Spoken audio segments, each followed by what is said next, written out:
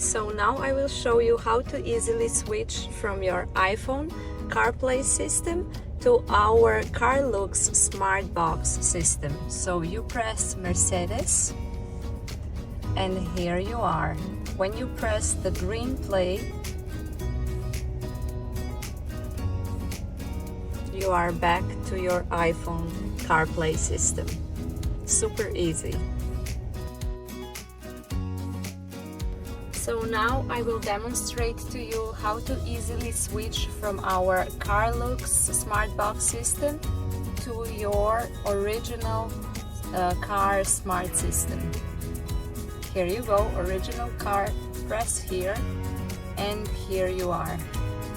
And then pay attention to this little detail, super easy.